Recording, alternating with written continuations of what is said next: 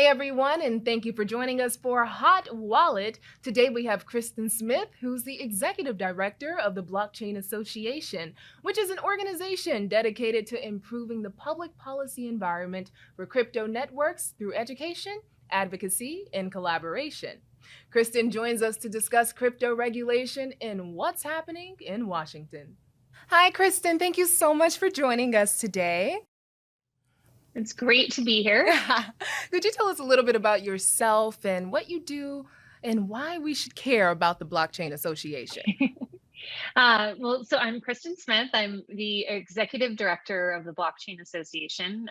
And what we do at the Blockchain Association is we work with our crypto industry members to come up with policy solutions and then advocate for those solutions on Capitol Hill and with regulators. So it's a super exciting time to be doing this kind of work. Obviously, this is a technology that's been evolving very quickly. There are a lot of regulatory gaps that need to be filled, and our days have been very busy working on legislation and working on litigation issues, and really just trying to get better policy in place so the sector can thrive here in the United States. Okay, so the Blockchain Association went from having a team in the single digits and working with around 40 to 50 companies about a year ago to now working with 105 companies.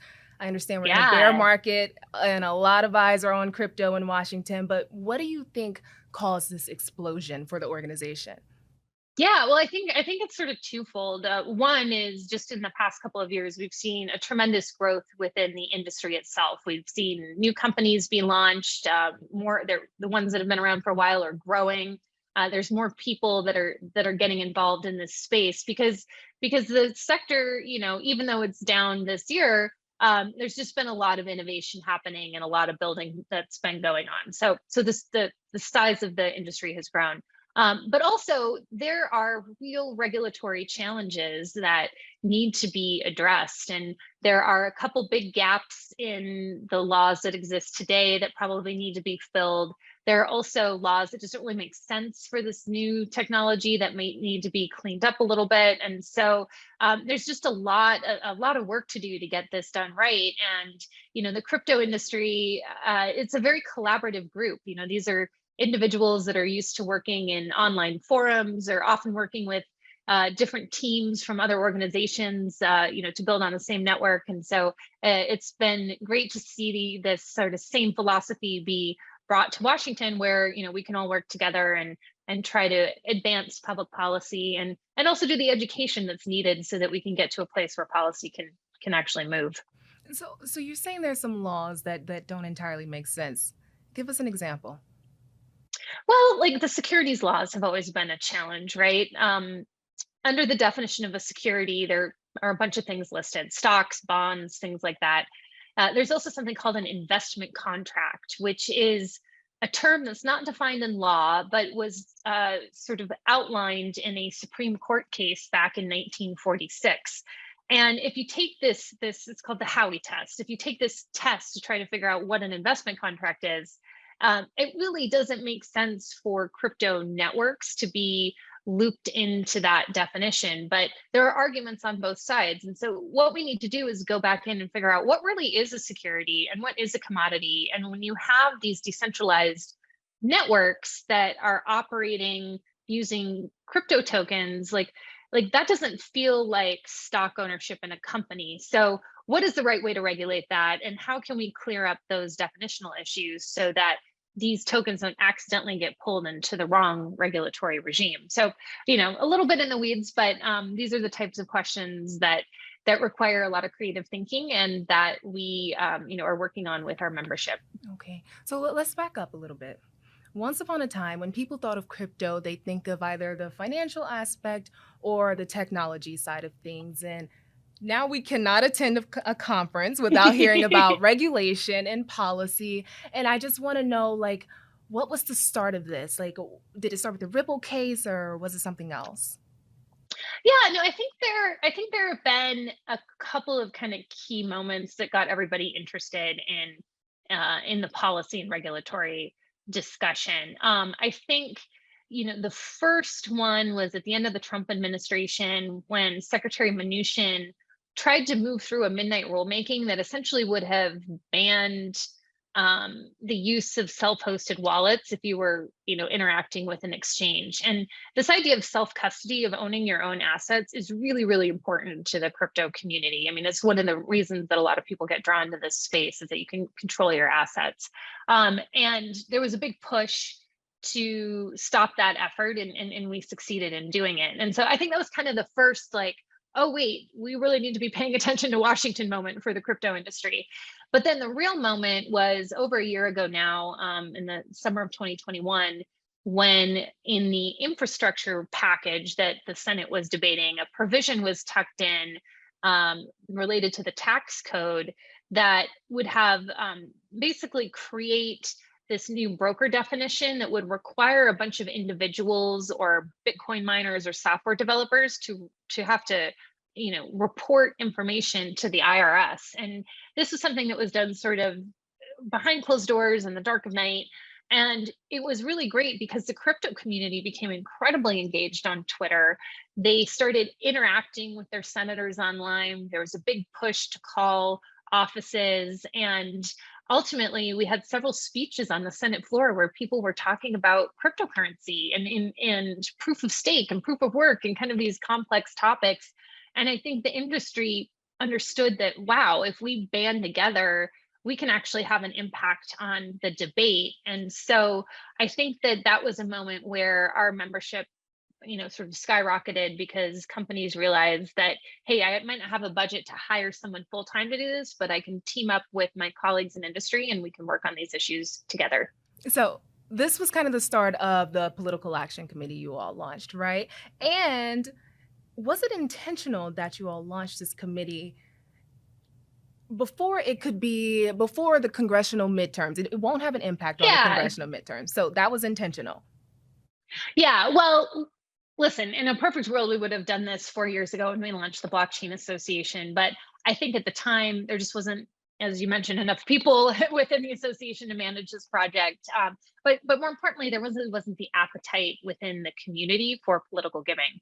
All of that changed with this infrastructure debate last year. And people are willing to write personal checks to issues that they care about. So we wanted to get this launched as soon as it made sense and we had a critical mass. And what we're doing right now is reaching out to our individual companies to get permission to solicit their membership to raise funds for the PAC. And so for us, this is a tool that we're going to be able to start to use in the next election cycle. And it's something that, we want to contribute to candidates in a bipartisan way. We want to be thoughtful about who we support, what committees they sit on, because really a PAC is a tool for building relationships with these candidates so that they can understand who we are as an industry, they can better understand the technology, and they know who to call when they have questions about this space. And so yeah, in a perfect world, I would have loved to have done this years ago, but building things, it takes time, and we're just excited that we now have the bandwidth and the interest in order to build and grow a hopefully what will be an impactful political action committee. So who are some of the candidates you all have a successful relationship with? Yeah, I mean, I think there are a lot of members of Congress and senators right now that— Could you give us some names? Pardon? Some names? Yeah, no, I think if you look on the House side, there's like Patrick McHenry, Tom Emmer, Warren Davidson, Ro Khanna, Jake Auchincloss, G.T. Thompson. Like, these are all members that have been really thoughtful and engaged on crypto policy. They've authored bills. They've helped raise the level of educational awareness with their colleagues. Similarly, over on the House side, you have Cynthia Lummis, Kirsten Gillibrand. You have Senator Stabenow and Bozeman that are working on a bill that could very well maybe even be signed into law this year. So it's been really great because, 18 months ago, there wasn't anyone in the US Senate that had interest in working on these issues, except for maybe Cynthia Lummis. But now we have multiple committees and multiple senators that are engaged. And so it's really great to see, the number of people who want to be involved in policy over time, and also just like the level of knowledge that they've been able to attain, I think is really really quite impressive. So what changed? How we get from no one being involved to all these Well, names? I mean, it goes back to what we were talking about before, right? Like there's engagement. We have, people on the ground who here in Washington whose full-time job it is to do this education and to talk to members and build these relationships. We have a community that's incredibly engaged, on Twitter, back home, with their hometown candidates that, are a resource to help people figure out what to do with this space. But we also just see like the mainstream media is covering this so much more, right? I mean, there's not a day that goes by that I don't open up the Wall Street Journal or the New York Times and see a story about crypto. It's just something that is, I think, at the forefront of a lot of discussion, and Congress wants to be responsive to that. And so last year was a bull market. We know that. And do you think that's part of the reason so many members are now interested? Usually when you have stake in something, you care all of a sudden. Yeah. I think yes, I think just the sheer number of Americans that own crypto today is now in the tens of millions, right? I think that bear markets are interesting because there tends to be sort of a lot of excitement and euphoria, or I'm sorry, bull markets are. Right now we're kind of in a bear market. It's not as good, and we've had some incidences like with Terra Luna and Celsius and Three Arrows Capital, et cetera, that I think Congress realizes that, hey, we need to like go in and make sure that consumers are protected here. And so maybe it's time to fill those gaps. And so I think that's part of the reason why we're seeing so much legislative activity on Capitol Hill right now. Okay. So let's switch gears a little bit. We all saw Kim Kardashian settle her EthereumMax case, but I think shilling in crypto and the NFT space has become a pretty common thing. So why do you think the SEC targeted such a high-profile celebrity? Well, I think because she was a high-profile celebrity, right? I mean, I think, Gary Gensler did a whole video about this. He was on Squawk Box within minutes of the announcement. I think this is a story that was picked up in nearly every news communication around the world, right? I mean, Kim Kardashian gets headlines. I think at issue here was sort of something I was going to before. The SEC has jurisdiction over securities and securities exchanges. Like that is their jurisdiction. What they were implying is that this token, EthereumMax, was a security.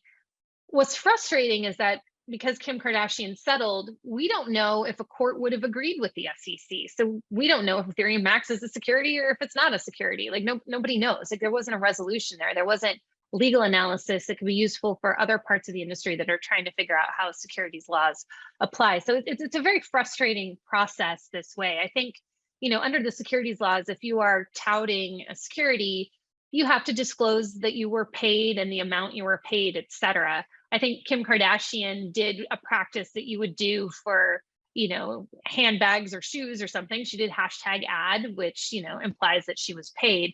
But because the SEC asserted that EthereumMax was a security, there would have been additional disclosures required. The frustrating thing about this whole settlement doesn't resolve any of this, right? Like we still don't know what the answer is. And I think that, I'm sure Kim Kardashian and her legal counsel and even herself as a someone who's gone to law school, I think that, they would have happily complied had there been clear guidance in place. And the reality is that there isn't clear guidance, and that this, arguably political media stunt by Gary Gensler is, doesn't actually progress the debate and the conversation forward. It was a media stunt. But, so when we're talking about securities, what's a security? What is a commodity? When will we get some clarity? Have you heard anything in Washington?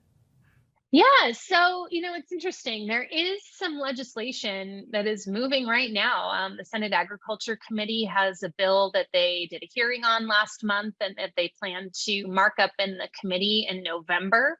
And it could very well be attached, to a must-pass bill at the end of the year. And this bill would give the Commodities Future Trading Commission jurisdiction over digital commodities. And so I think it's important because today, if you're security, there's a tremendous amount of regulation. If you're a commodity, there's almost no regulation, right? There's no one looking at the markets. There's no one providing investors disclosures on those assets. This bill would provide that for commodities. Now, the problem though is this bill doesn't actually help determine what's a security and what's a commodity. However, I think by having a strong commodities regulator in place, that'll make that discussion easier because it won't be such an extreme if you get one classification versus the other, because there will be, regulation of the markets either way. And so I think I'm hopeful that if we can't actually address the underlying question of what's what, regarding the definitions, that at least by having a CFTC there, it'll make that conversation easier in the future. But the CFTC is significantly smaller than the SEC. Do they even have the bandwidth to regulate crypto? Yeah, no, they would need to bring on some additional people. I think the way that the bill is structured today is there would be fees that crypto exchanges would pay to help cover the cost of expanding the agency. I do think, I was over at the CFTC yesterday. It's an interesting environment because I've been going there for years, but what we have is like a really good group of, sort of relatively young commissioners that are really interested in learning about this stuff. Like there's a weird, exciting energy at the CFTC these days. It's not kind of the normal feeling I've gotten when going there in the past. And so, I think if we're going to have any commission do it, this is one that's eager. They take a lot of pride in the work that the CFTC does, and that if they can make that a stronger agency through oversight of the crypto markets, I think they would like to do that. But yeah, we need to make sure that they have the resources in order to do that correctly. And Kristin, my final question for you is, how can the individual crypto user or enthusiast get involved in the conversation in Washington? Yeah, no, well, one, I would say, follow the conversation, right? I think a lot of this conversation is happening on Twitter, which is really amazing. It's a place where we've seen lawmakers and policymakers directly engage with the crypto community and back and forth, and anybody can be a part of those conversations. So I would follow your representatives on Twitter. I would follow different industry participants on Twitter, but that has been a really great forum for engagement. And the other thing by sort of doing that is when there are these critical moments where the average crypto user might want to step in and either support something that's going on or opposing it, a lot of those calls to action are happening on Twitter as well. But yeah, certainly follow us at the Blockchain Association. I think our Twitter handle is at blockchain ASSN. And we can help keep you informed so that people know when the time is right to pick up the phone and call their senator. All right, you heard her. We all need a Twitter account.